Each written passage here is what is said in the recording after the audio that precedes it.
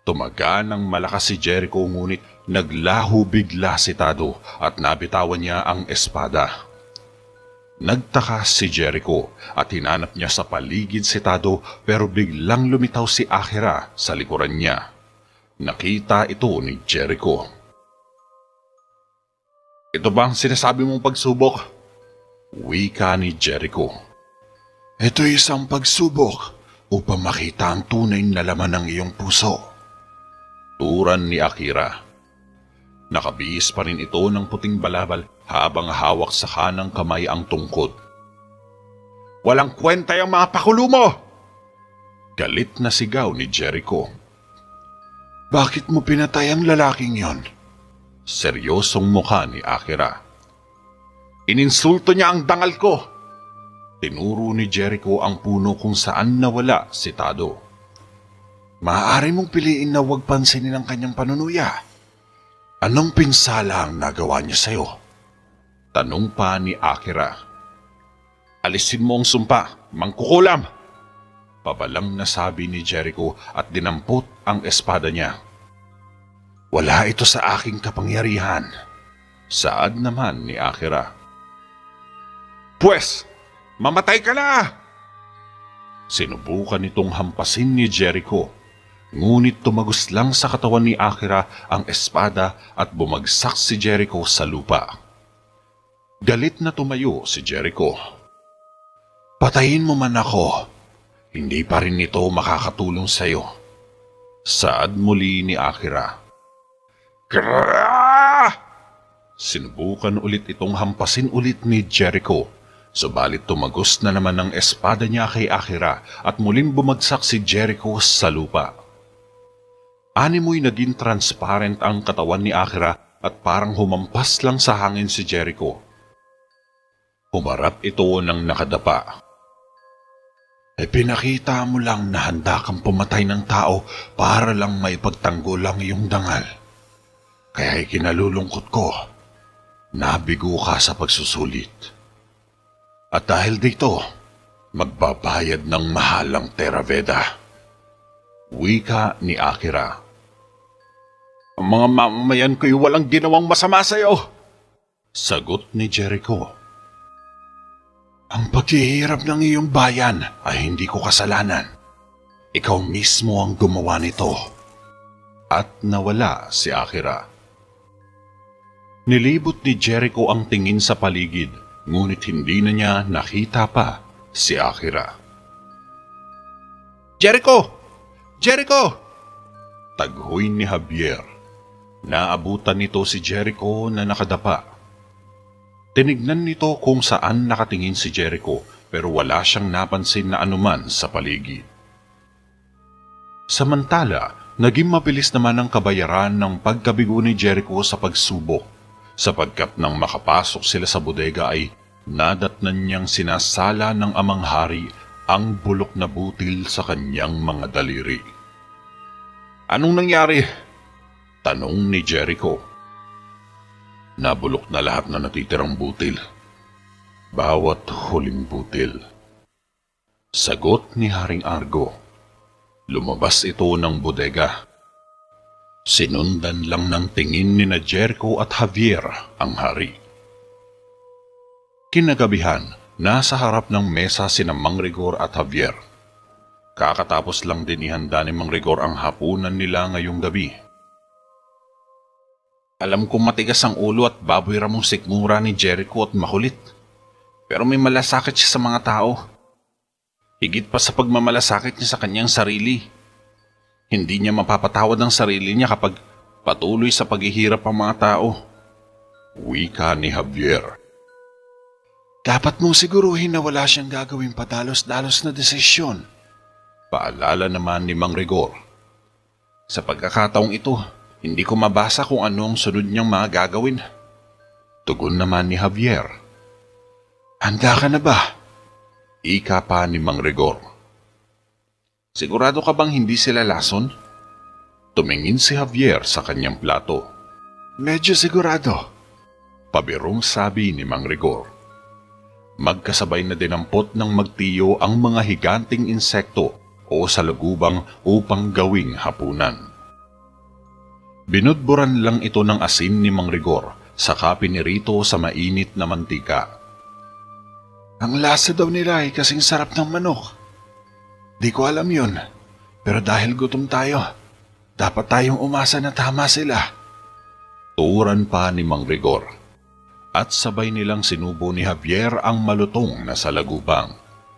Halos matanggal na ang isang ngipin ni Mang Rigor nang hatakin ng husto ang ulo ng salagubang. Tumalsik pa ang katas sa kanyang labi. Parang kumakain lang sila ng chicharon sa sobrang lutong ng fried salagubang dahil sumobra ito sa pagprito. Mukha ngang walang lasa eh. Di maipinta ang mukha ni Javier habang ngumunguya. Napilitan siyang ubusin ang isa. May raos lang niya ang gutom. Samantala, pumasok naman si Haring Argo sa council chamber at naabutan niyang umiiyak si Jericho habang nakatalikod at nakatayo sa tabi ng upuan. Humarap si Jericho sa amang hari na hilam ng mga luha ang kanyang mga mata. May ilang reserba na natitira sa bodega ng palasyo. Ipapamahagi natin ito sa mga tao, ngunit hindi pa ito sapat upang makaraos sila. Hindi sila mabubuhay na matagal sa ganitong kaliit na pagkain. Wika ni Jericho. Pwes, dapat mong ihinto ang pamamahagi ng pagkain sa mga tao. Sagot ng hari. Magugutom sila, ama. Saad ni Jericho. Dapat natin ingatan ang pagkain na meron tayo para sa ating hukbo. Sambit ng hari. Hindi natin maaaring pabayaan ang mga tao na walang makain. Ani ni Jericho. Dapat nating ipagtanggol ang kaharian sa anumang paraan. Iit ni Haring Argo. Anong silbi ng pagtatanggol sa isang kaharian kung ang mga tao naman? Napahinto sa pagsasalita si Jericho. Lumapit si Haring Argo. Kung gayon, anong gusto mong gawin ko? Mataas na boses ng hari at nilagpasan niya ang anak. Patayin sila sa gutom? Ganun ba? Humingi tayo ng tulong sa mga karatig kaharian. Mungkahi ni Jericho. Nakatalikod lang si Haring Argo. Ha! Tanggi ni Haring Argo. Halatang mataas talaga ang pride niya. Maaaring nakapag-imbak sila ng pagkain. Wika pa ni Jericho. Humarap si Haring Argo. Wala yan sa pinag-usapan. Sa sandaling napagtanto nila kung gaano tayo kahina ngayon, sasalakayin nila tayo ng buong puwersa. Paliwanag ng hari. Hindi mo nasisiguro yan. Pabalang na sagot ni Jericho. Unti-unti nang umiinit ang tensyon sa pagitan ng mag-amang maharlika. At saka, mas gugustuhin kong magutom kesa humingi ng tulong sa mga kaaway ko. Saan mo ilalagay ang reputasyon ng ating kaharian? Wala ka bang dangal? Sarcastic na boses ng hari. Hindi ko na iniisip ang dangal. Kung nagugutom lang din ang ating mga nasasakupan, mas sila lang ang iniisip ko. Lintaya ni Jericho. Magutos kang ipatigil ang pamamahagi ng pagkain sa mga tao. Naintindihan mo ba yon? Makapangyarihang utos ni Haring Argo. Ikaw na mismo ang mag-utos sa iyong sarili. Matapang na tugon ni Jericho at naglakad siya palabas ng council chamber. Napakahusay. Ngunit kung mahuhuli mo ang manghuhulam, hindi ko na kailangan gawin ito. Napahinto si Jericho ngunit nanatili pa ring nakatalikod sa amang hari. Responsibilidad mo yan. Balang araw, mauunawaan mo kung anong kinakailangan gawin para maging hari. Patuloy pa ni Haring Argo. Lumabas na ng council chamber si Jericho. Kinabukasan, patuloy na pumipila ang mga tao sa main square. Samantalang sina Jericho at Javier naman ay nanonood lang mula sa balkonahe. Hindi pa nila alam na may mas masahol pang sakuna na darating. Wika ni Jericho. Anong ibig mong sabihin? Taka ni Javier. Ititigil na ni Ama ang pamamahagi ng pagkain sa mga tao. Hindi sila dapat hayaang magutom Nagkaroon ako ng pagkakataong alisin ang sumpa, ngunit nabigo ako. Malungkot na sabi ng prinsipe. Hindi nila dapat malaman na ikaw ay dumaan sa pagsubok. Saad ni Javier. Ang mga tao ay patuloy na nagugutom. Ang kaharian ay nasa bingit na ng pagbagsak nito. At lahat ng ito ay kasalanan ko. Halata ni Javier na pinipigilan lang ni Jericho ang pagbuhos ng emosyon. Nakadama ng lungkot si Javier. Ilang araw nang nagugutom ang mga tao at umaasa na lang sila sa tubig at kakarampot na pagkain. At kapag nagpatuloy pa ito, ay baka bumagsak na nga ng tuluyan ang Theraveda. Napabuntong hininga si Javier habang pinagmamasdan niya ang mga taong nakapila sa kakarampot na pagkain na maipangraraos sa kumakalam nilang sikmura. Maya-maya pa ay nagpaalam si Javier kay Jericho na may pupuntahan lang siya. Makalipas ang ilang minuto ay nakarating ang mga paa ni Javier sa gitna ng kagubatan. Tumingin siya sa paligid. Tahimik at malamig ang lugar. Wala siyang naririnig na ingay maliban lang sa pagaspas ng hangin na dumadampi sa kanyang mga balat. Akira! Magpakita ka! Akira! Sigaw ni Javier at biglang lumitaw si Akira. Gusto mo akong makausap? Lumapit si Akira. Naparito ako para humingi ng tulong sa iyo. Gutom na ang mga tao. Malapit na silang mamatay. Pagmamakaawa ni Javier. Dapat kang maniwala sa akin kapag sinabi kong hindi ako masaya na nakikita ang mga taong naghihirap. Malungkot na wika ni Akira. Kung sasaktan ka, tapusin mo na ang sumpa. Pakiusap ni Javier. Wala sa aking kapangyarihan ang alisin ang sumpa. Sagot naman ni Akira. Kung ganun, bigyan mo ng isa pang pagkakataon si Jericho. Tinanggap niya na ang responsibilidad niya ito at patutunayan niyang karapat-dapat siya at aalisin ang sumpa kung bibigyan mo pa siya ng isa pang pagkakataon. Pakiusap muli ni Javier. May tiwala ka ba kay Jericho? Seryosong tanong ni Akira at tumitig sa mga mata ni Javier. Pinagkakatiwala ko sa kanya ang buhay ko. Direktang sagot ni Javier. Natahimik sandali si Akira at binaba ang tingin. Dapat magpunta si Jericho sa Labyrinth of Getref. Doon, haharapin niya ang huling pagsubok. Naglaho bigla si Akira at napunta sa likod ni Javier. Kapag nabigo siya, wala na siyang pag-asang tapusin ang sumpa. Napalingon agad sa likuran si Javier. Naglaho naman si Akira at bumalik sa pwesto kung saan ito nakatayo kanina. Sisirain ng sumpa ang Theraveda. Patuloy ni Akira at dito na tuluyan naglaho ang tagapagbantay ng mga kabayong may sungay. Teka, anong klaseng pagsubok ang haharapin niya? Habol pa ni Javier at para siyang bulag na nangapa sa paligid. Matutuklasan din yan ni Jericho. Sagot ni Akira sa pamamagitan ng telepathy. Nagmamadaling umuwi si Javier sa palasyo at pagdating niya sa silid ng prinsipe ay pinaalam niya kaagad ang tungkol sa sinabi ni Akira. Ang engkantong tagapagbantay ng mga kabayong may sungay. At nang malaman nga ito ni Jericho ay wala na siyang sinayang na sandali at nagmamadali siyang nagbihis ng body armor upang sumalang sa huling pagsubok na siyang magwawakas sa sumpa. Naganda kaagad ng gamit si Jericho para sa kanyang paglalakbay. Lumapit sa kanya si Javier. Hayaan mo akong sumama sa iyo. Hindi mo alam kung anong uri ng pagsubok ang haharapin mo. Baka makatulong din ako.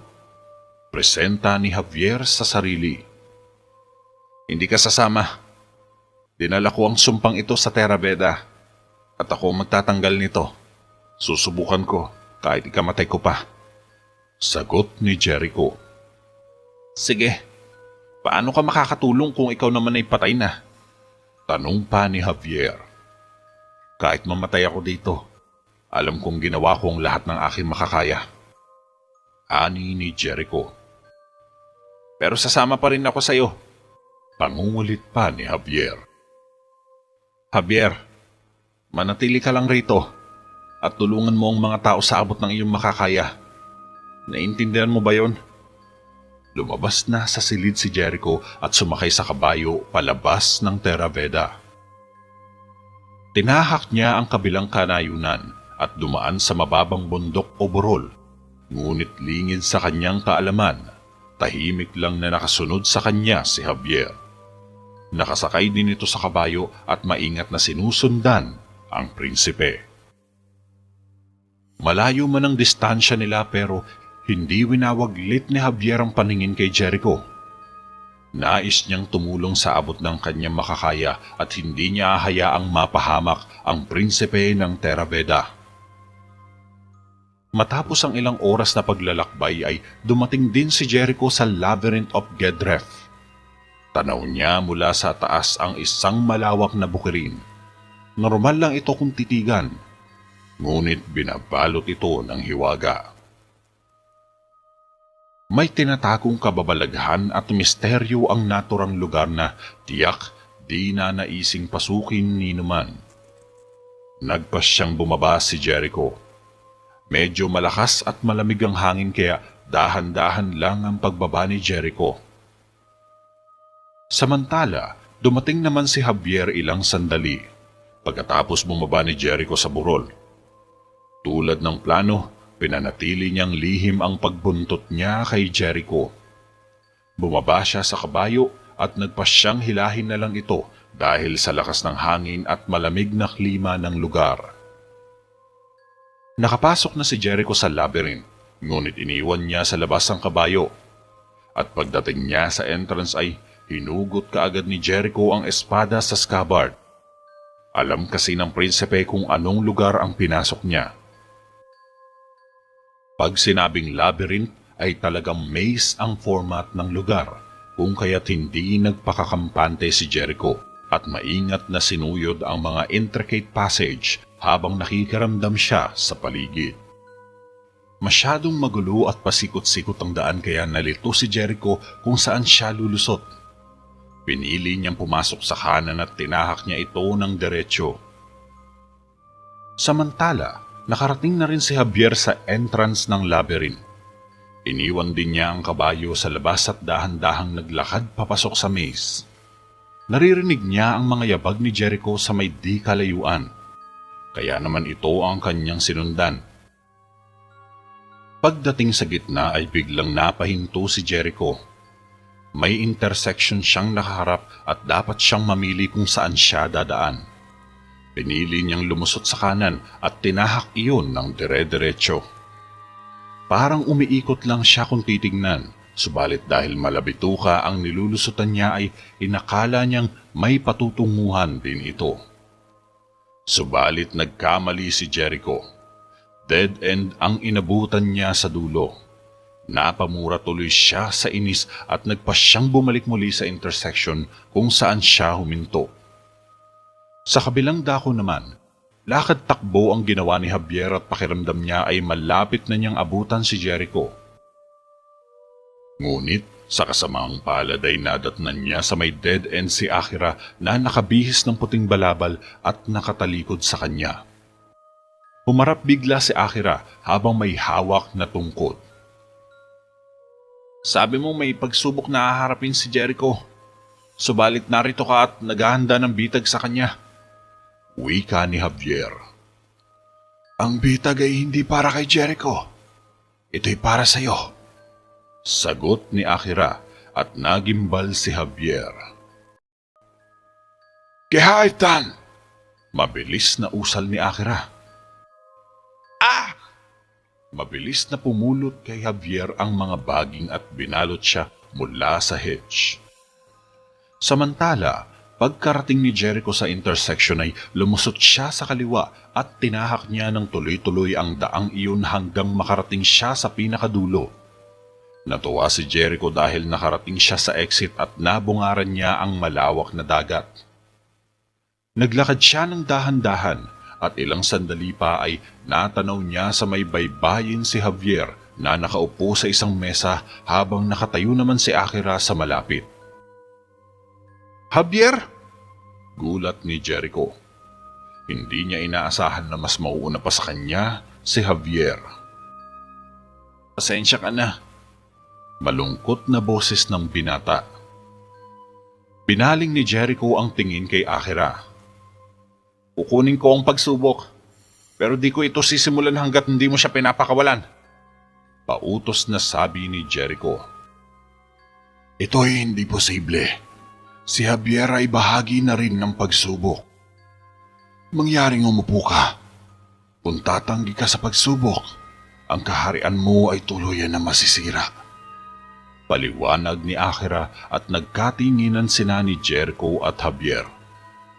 Napilitan na lang na umupo si Jericho at tiningnan ang dalawang goblet sa mesa. "Di ba sinabi ko sa iyo na manatili ka lang sa terabeda?" Sermon ni Jericho kay Javier. "Ituloy na natin to," dagdag pa ng prinsipe. "May 2 kupeta sa harap mo. Ang isa sa mga kupeta ay naglalaman ng nakamamatay na lason. At ang isa naman ay hindi nakapipinsalang likido. Ang lahat ng likido mula sa pares na kupeta ay dapat na inumin. Ngunit ang bawat isa sa inyo ay maaari lamang uminom mula sa isang kupeta." Paglilinaw ni Akira. Galit na tumingin si Jericho sa tagapagbantay ng mga kabayong may sungay. "Anong klaseng pagsubok yan? Anong layunin nito?" tanong ni Jericho. "Pinatutunayan nito ay para sa iyo kung paano ka magpasya. Kung pumasa ka sa pagsubok, ang sumpa ay aalisin." Tugon ni Akira. "Pag-isipan natin ito. Paano kung uminom muna ako sa aking kupeta?" Sundot ni Javier.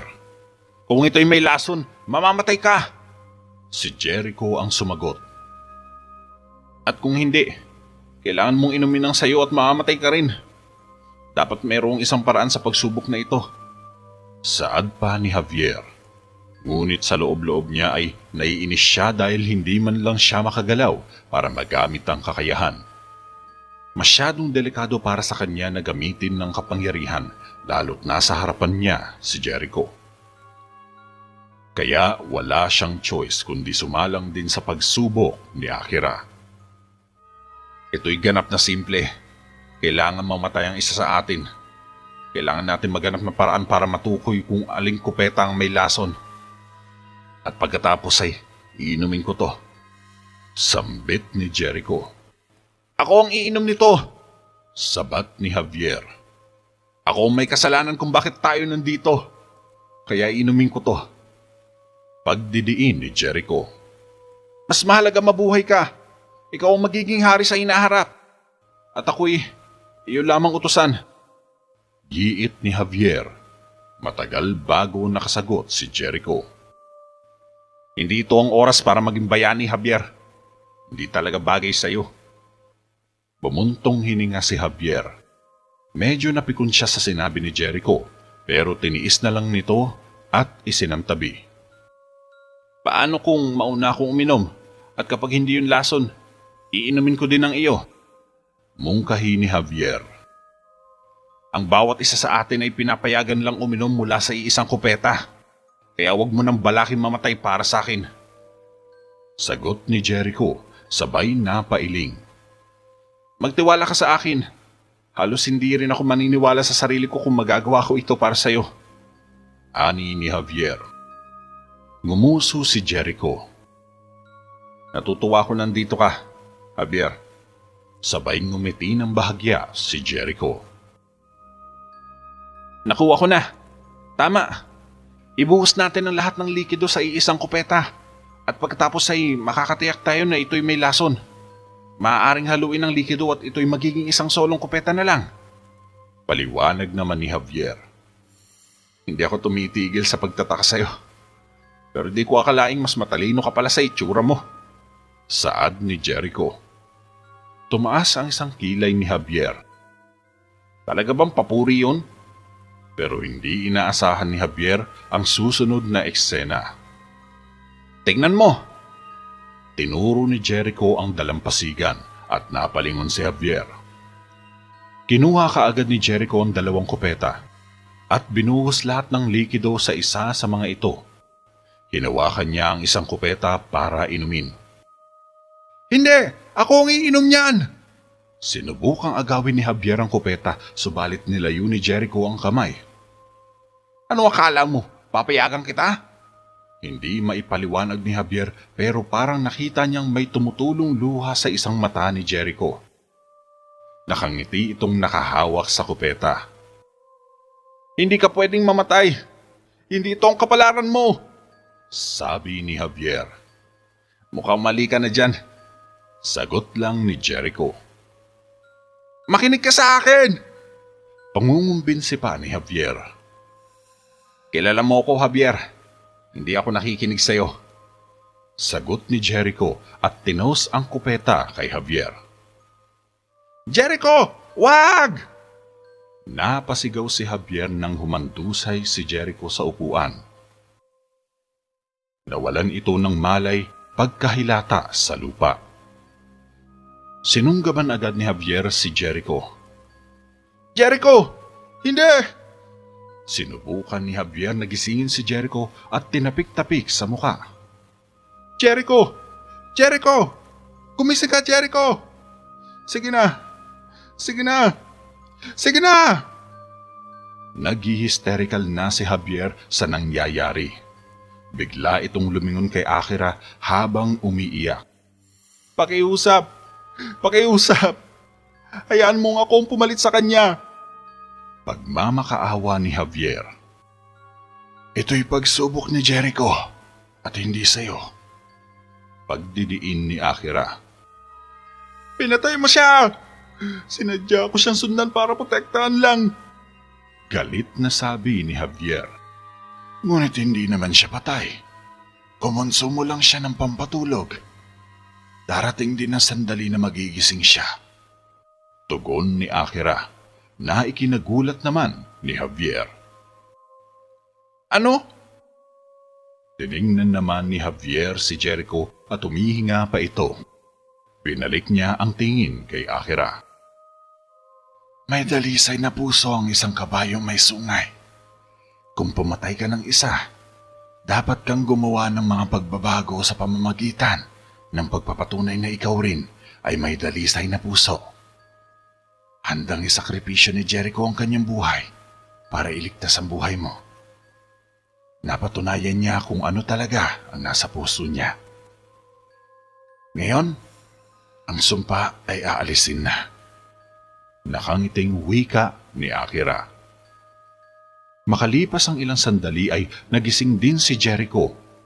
Inakay ito ni Javier na sumakay sa kabayo at bumalik na sila sa Terra Veda. Pagdating ni na Jericho at Javier ay nabungaran nila kaagad ang taong bayan sa may courtyard na masayang nagdadala ng malalaking pinggan. Bumaba ang dalawa sa kanika nilang mga kabayo. Inakay ito ng mga kawal upang dalhin ang mga kabayo sa kwadra. "Javier! Jericho! May magandang balita! Muling lumalago ang mga pananim. Nagdadala sila ng ani." Hangos ni Mang Rigor sa kanila. "Nagawa mo!" Nakangiting sabi ni Javier kay Jericho. Biglang lumapit sa kanila ang hari. "Ito ba ang iyong ginawa? Pinatay na ba ang mangkukulam?" Nakangiting tanong ni Haring Argo. "Hindi niya na tayo guguluhin," sagot lang ni Jericho. "Mabuti, at siguraduhin mong ang mga reserbang butil ay muling maiimbak sa bodega." Wika ng hari sabay tapik sa balikat ni Jericho. "Titignan ko po," tugon ni Jericho at umalis na sina Haring Argo at Mang Rigor. Nakangiting tumingin sa paligid si Javier at masaya siya dahil bumalik na sa normal ang sigla ng mga mamamayan. Sumenyas si Jericho kay Javier. "May kailangan muna tayong gawin," ika ni Jericho at sinundan ito ni Javier. Nagpunta sila sa kakahuyan at dito ay inilatag ni Jericho ang sungay ng kabayong may sungay sa lugar kung saan ito namatay. Pinuno nila ang himlayan ng mga bato at pinatong sa ibabaw ang sungay. Dapat hindi ko na tinapos ang buhay mo.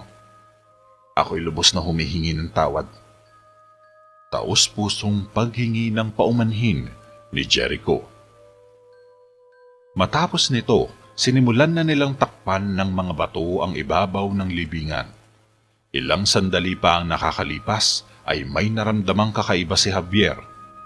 Tumingin siya sa paligid at nakakita siya ng isang unicorn sa may di kalayuan. Napatayo si Javier sa labis na pagkamangha. Jericho! Mahinang sabi ni Javier. Tumayo naman si Jericho at nakita din ito ang kabayong may sungay.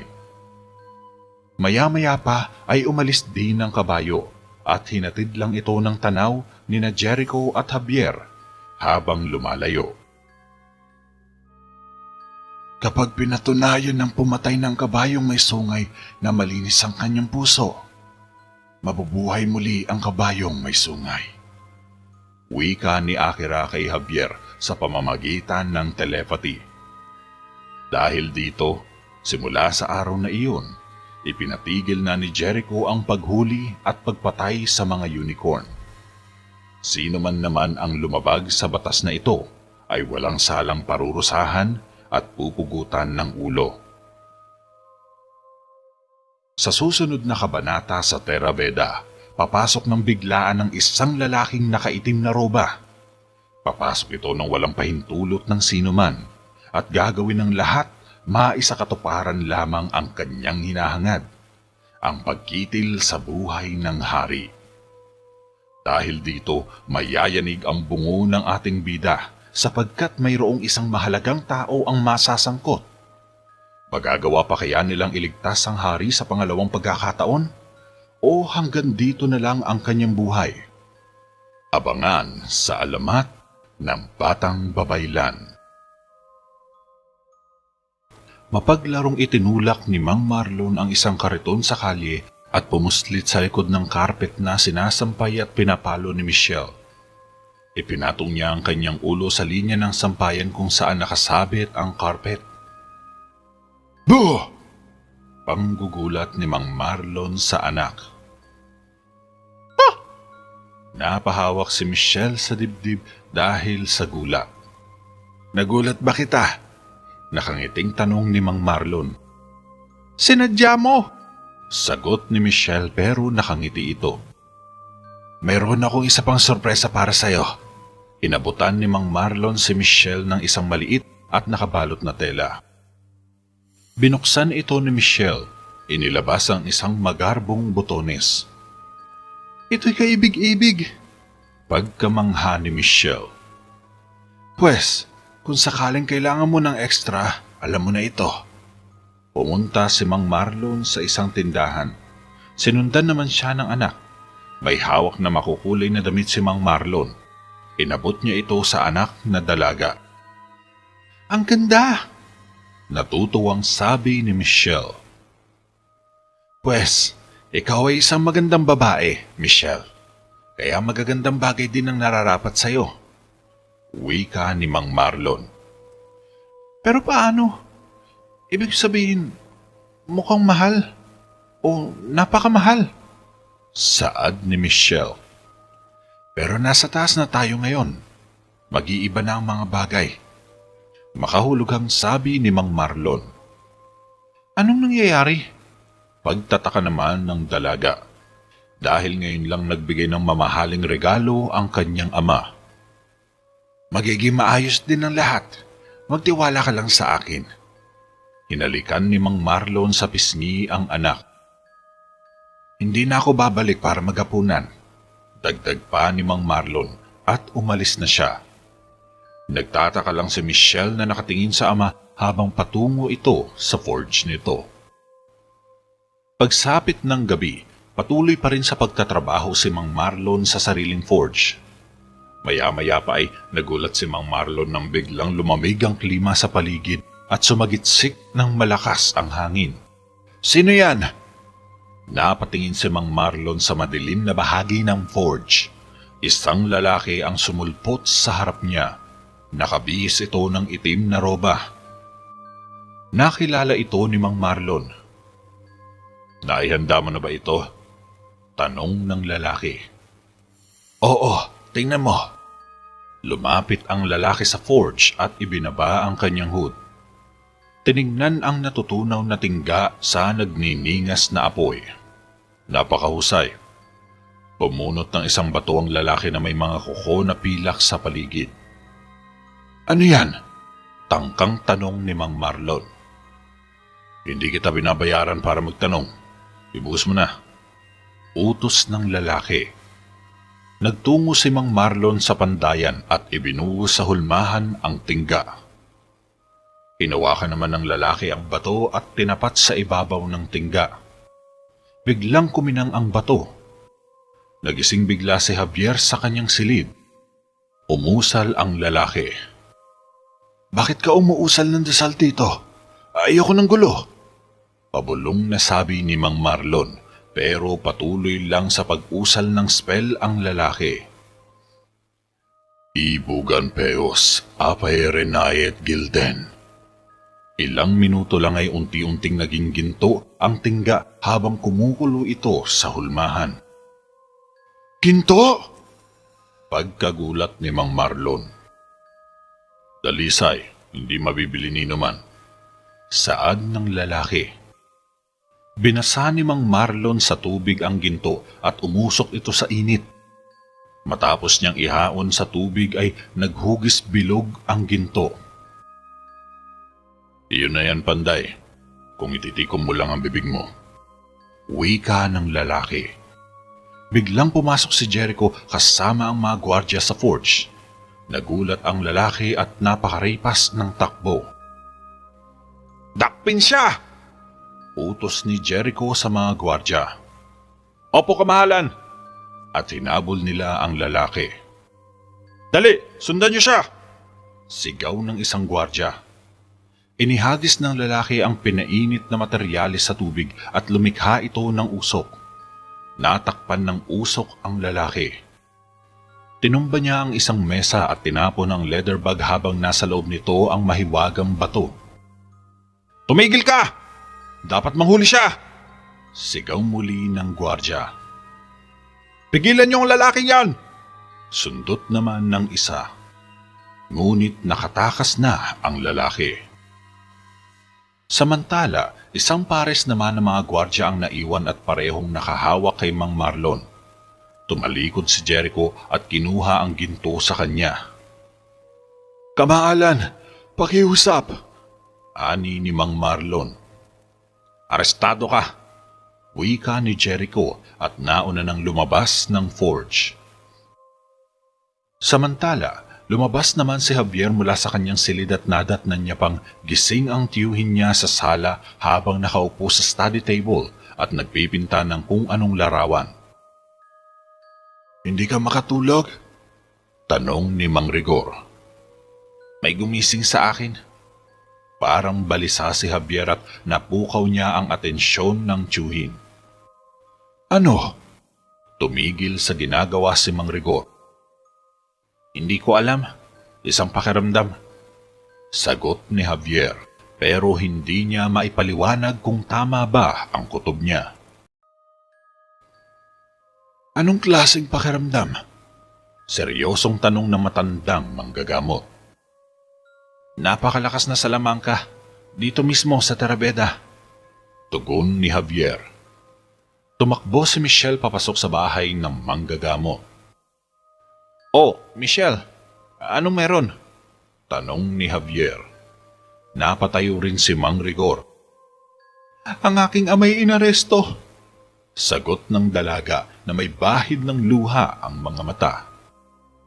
Inaresto? Para saan? Pagtataka ni Javier.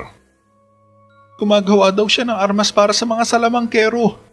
Pinagbibintangan siyang nagtataksil. Paliwanag ni Michelle na ikinagulat kaagad ng magtiyo. Sa kabilang dako, nasa loob naman ng hedgehog sina Haring Argo at Jericho habang nakatayo sa harapan si Princess Raya na nakabihis ng nightgown. Pagtataksil? Gulat ni Raya nang ipaalam sa kanya ang tungkol sa pagkahuli ni Mang Marlon kani-kanina lang. Oo, Raya, pagtataksil. Ang mga panday na yun ay nakikipag-ugnayan sa mga kaaway. Wika ni Haring Argo. Kaaway? Sinong kaaway? Pagtataka ni Raya. Si Isaac, ang pinuno ng pangkat ng mga salamangkero at nanumpa na pababagsakin ng hari. Sabat ni Jericho na nakapatong ang mga kamay sa mesa. At nasaan ang Isaac na ito? Tanong ni Raya. Nakatakas siya. Tugon ni Jericho. Kung gayon, paano kayo nakakasiguro? Lumapit si Raya kay Jericho. Nakita siya ni Jericho ng sariling mga mata. Sundot ni Haring Argo at napalingon sa hari si Raya. Pwes, kahit sinong lalaki pa ang sinasabi mo, hindi mo maaaring hatulan ng kamatayan si Mang Marlon dahil nakita mo lang siyang kasama niya. Wika ni Raya. Kumakbang papalapit ang hari at uminom ng alak. May dahilan tayo para maniwala na lumilikha siya ng mga armas para kay Isaac. Kalmadong wika ng hari. Basura! Hinding-hindi niya gagawin ng ganong bagay. Pagtatanggol ni Raya. Bawat tao ay may presyo. Natahimik si Raya at pinadusdos naman ni Jericho ang bolang ginto sa ibabaw ng mesa. Natagpuan namin ito sa panday. Malumanay na boses ni Jericho. Kumarap si Raya sa hari. Kung ganun, baka binayaran siya. Isa siyang panday. Maaaring binayaran siya sa pagsusuot ng sapatos sa kabayo ni Isaac. Saad ni Raya. Ngunit ginto. Sarcastic na boses ng hari. Ito'y kabaliwan. Pinahatulan mo ang isang tao na walang patunay. Mataas na boses ni Raya. Mayroon akong sapat na patunay. Kalmado pa rin si Haring Argo. Jericho, wala ka bang sasabihin? Tumingin si Raya kay Jericho. Ama, ang panday ay nakagawa ng isang krimen. Ngunit hindi natin masiguro na ang ibig sabihin ng ginawa niya ay pagtataksil. Wika naman ni Jericho. Hindi. Tama ka. Walang tiyak. Maliban sa isang bagay. Mananatili ang batas o babagsak ang kahariang ito. Tugon ng hari. Ngunit dapat siyang bigyan ng patas na paglilitis. Sabi naman ni Raya. Maukuha niya ang patas na paglilitis at lalabas din siya nagkasala. Ganon kasi siya. Pagdidiin ni Haring Argo. Kapag pinatay mo ang ama ni Michelle, hindi kita mapapatawad. Hindi kailanman. Lumabas ng hedgehog si Raya. Siguro kailangan pa natin ng masusing pag-iimbestiga. Mungkahi naman ni Jericho. Malamang si Isaac ay natutulog lang sa isang lugar at siya ay kumakain sa isang lugar. Hanapin mo kung sino man ang tumutulong sa kanya sa anumang paraan. Dapat silang parusahan. Dapat makita ng mga tao na ang batas ng Terabeda ay hindi dapat gawing katawa-tawa. Matigas na sabi ng hari. Opo, Ama. Sabay nagbow si Jericho. Sa kabilang banda, bumisita si Michelle sa selda ng kanyang ama. Naabutan niya nakatayo ito sa loob ng Bartolina. Nilapitan niya ang ama. Hindi ko alam na si Isaac pala ay isang salamangkero. Hindi ko talaga alam. Maniwala ka, Iha. Sabay hinaplos siya ng ama sa pisngi. Bakit hindi mo sinabi sa akin na nangyari? Tanong ni Michelle. Alam kong hindi mo ito magugustuhan, Michelle. Kaya nag-iingat ako. Ayokong palampasin ang isang pagkakataon. Napahinto sa pagsasalita si Mang Marlon. Pagkakataon? Matatawag mo bang pagkakataon ito? Napaiyak si Michelle. Alam ko, naging tanga ako. Gusto ko lang gumawa ng mas magandang buhay para sa atin. Para sa'yo. Gusto ko maging masaya ka. Wika ni Mang Marlon. Pero masaya na ako. Wala na ako iba pang kailangan. Nasa akin na lahat ng gusto ko at kontento na ako dito. Sagot ni Michelle. At itinapon kong lahat. Paninisi ni Mang Marlon sa sarili. Naging emosyonal na rin ito. Ayos lang. Ilalabas ka namin dito. Pangako. Ngumiti si Michelle sa ama at naglakad na siya palayo sa Bartolina. Pumunta si Michelle sa bars kung saan naghihintay sina Javier at Mang Rigor. Anong sabi niya? Tanong agad ni Javier. Sinabi niya na si Isaac ay dumating sa pwesto. Nag-alok na bayaran siya ng malaking halaga para sa kanyang tulong. Hindi upang gumawa ng mga armas, kundi para sa isang eksperimento o isang bagay. Pagbubulgar ni Michelle. Anong uri ng eksperimento? Pagtataka ni Javier. Huminga ng malalim si Michelle. Hindi sinabi ni Isaac. Ngunit gumamit siya ng isang uri ng bato. Isang uri ng mahika. Tugon ng dalaga. Nagkatinginan tuloy sina Javier at Mang Rigor. At dahil nakakulong ang ama, pansamantala munang pinatuloy ni Mang Rigor si Michelle sa bahay nila upang doon magpahinga at para makapag-isip ng maayos. Natutulog na siya ngayon. Ani ni Mang Rigor paglabas niya ng kwarto ni Javier. Hindi ko maintindihan. Anong gusto ng isang salamangkero kay Mang Marlon? Naguguluhang tanong ni Javier na naghihintay lang sa sala. Ang kanyang serbisyo, Javier. Siya ang pinakamagaling na panday sa bayan. Sagot ni Mang Rigor. Sa tingin mo, nagsisinungaling si Mang Marlon? Sa tingin mo ba, gumagawa talaga siya ng armas? Umiling si Mang Rigor. Hindi ganon. Kumunot ang noo ni Javier. Kung ganon, ano? Seryosong tanong ng binata. Nangarestuin si Marlon. May nakita silang ginto sa kanya. Pahayag ni Mang Rigor. Tapos ano? Sambit ni Javier. At ang mga sinasabi ni Michelle, ang eksperimento ni Isaac ay nagtataglay ng lahat ng palatandaan ng alkemya. Salaysay ni Mang Rigor.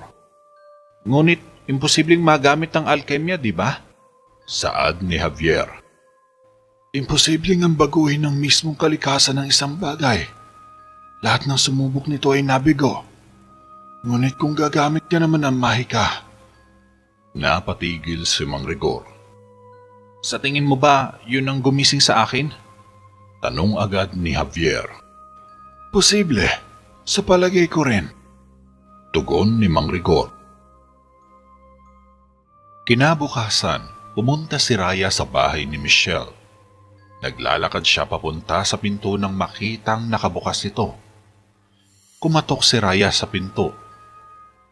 Michelle? Walang sumasagot. Michelle? Sumilip siya ngunit walang tao. Nagpasyang maglakad si Raya.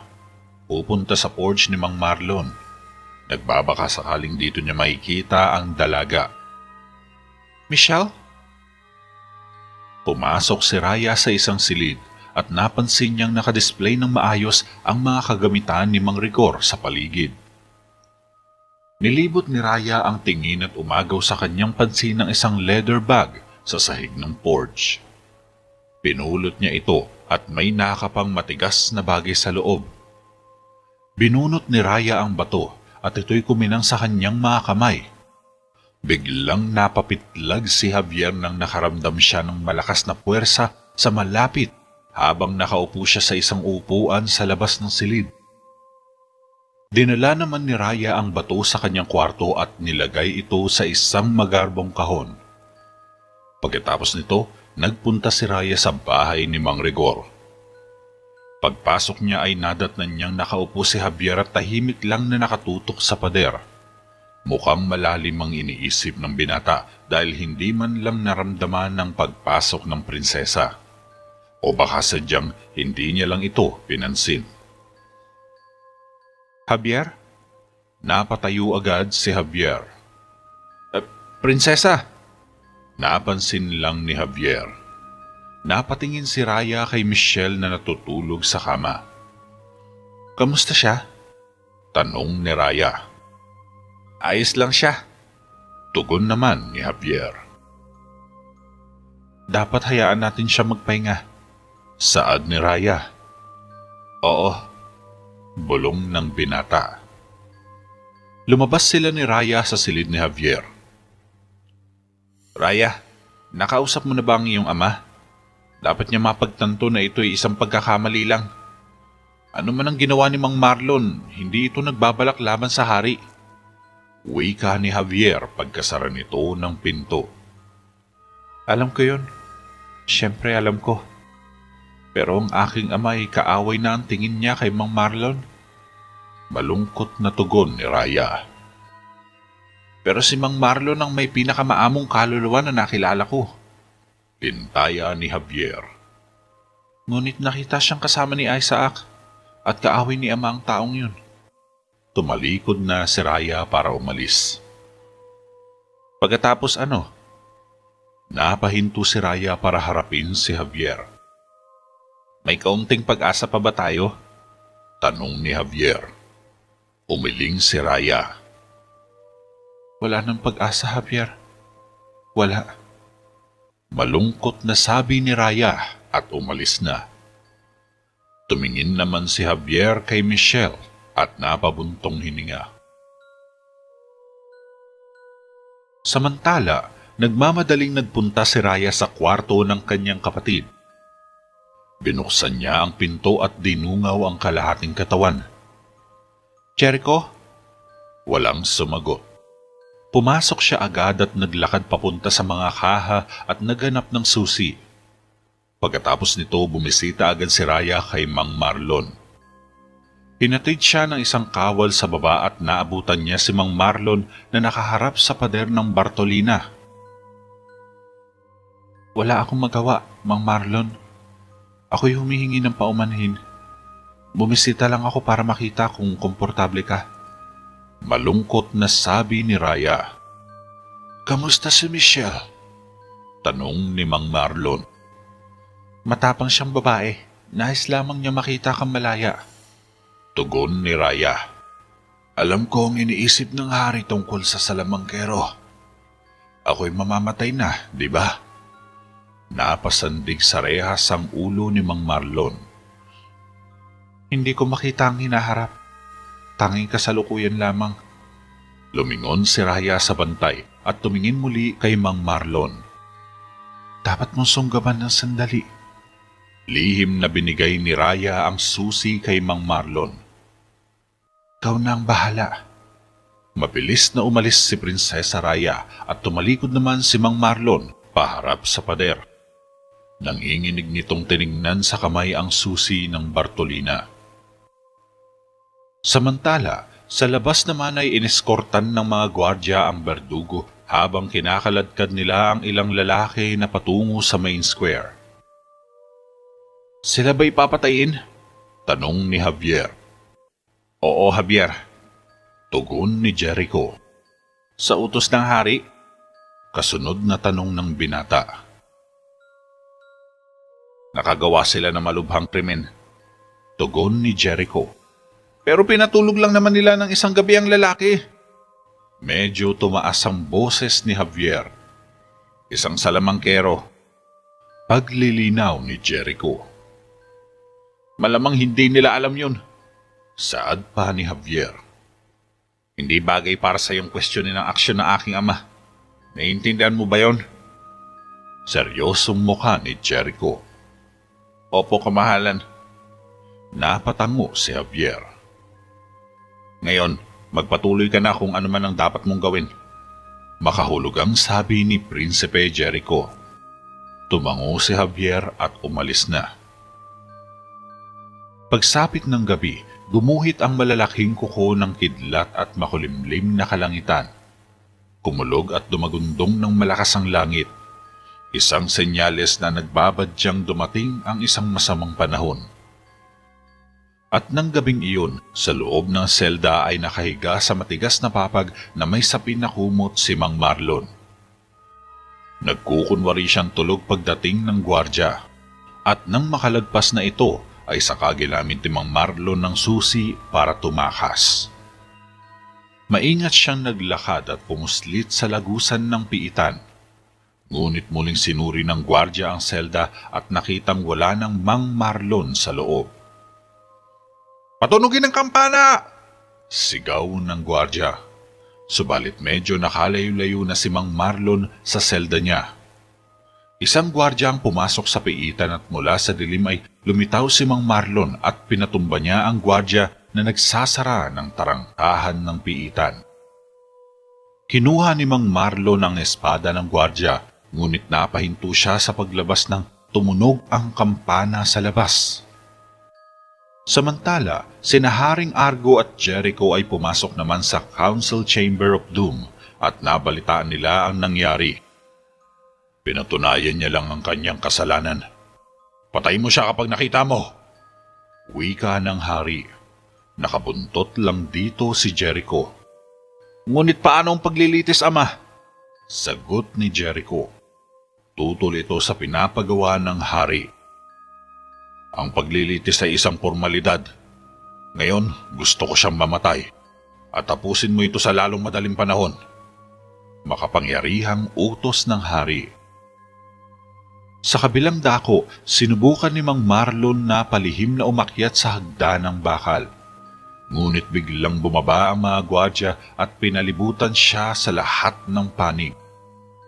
Hindi nakareak si Mang Marlon sa dami nila at ibinaba niya ang kanyang espada. "Pakiusap!" Napaluhod si Mang Marlon habang nasa ere ang mga kamay. "Patayin siya!" Sigaw ng pinunong kawal. Tumagos kay Mang Marlon ang mga espada. Kinabukasan, umalingaw-ngaw sa main square ang iyak at daing ni Michelle. "Ina!" Tumakbo siya pababa sa hagdanan patungo sa katawan ng kanyang ama, nalulan ng isang kariton habang hila-hila ng 2 gwardya. Mula naman sa bintana ay tumingin si Raya sa ibaba. Seryoso ang kanyang mukha habang nakatitig sa bangkay ni Mang Marlon. Tahimik man, ngunit kababakasan ng galit at puot ang aura. "Hindi! Ama! Hindi!" Umiiyak si Michelle habang sinusundan ng kariton kung saan natatakpan ng puting tela ang bangkay ng kanyang ama. Dali-daling lumabas si Raya sa kanyang silid at pumunta sa council chamber. Hinihintay ni Raya na buksan ng mga gwardya ang pinto at pumasok siyang galit sa loob. "May dugo ka sa kamay, Argo Mondragon. Dugo na kailanman hindi mahuhugasan." Galit na sigaw ni Raya. "Maaari ko bang ipaalala sa iyo na nakikipag-usap ka ng pabalang sa iyong hari?" Tumayo si Haring Argo mula sa mahabang silya. "At maaari ko din bang ipaalala sa iyo na ang isang hari ay matalino at makatarungan, ngunit ikaw ay hindi. Namumuno ka lang sa pamamagitan ng espada." Sagot ni Raya. "Wala kang alam kung anong ibig sabihin ng pagiging hari. Ang kapalaran ng Terabeda ay nakasalalay sa aking mga kamay. Responsibilidad kong protektahan ng mga tao sa lupaing ito mula sa mga kaaway."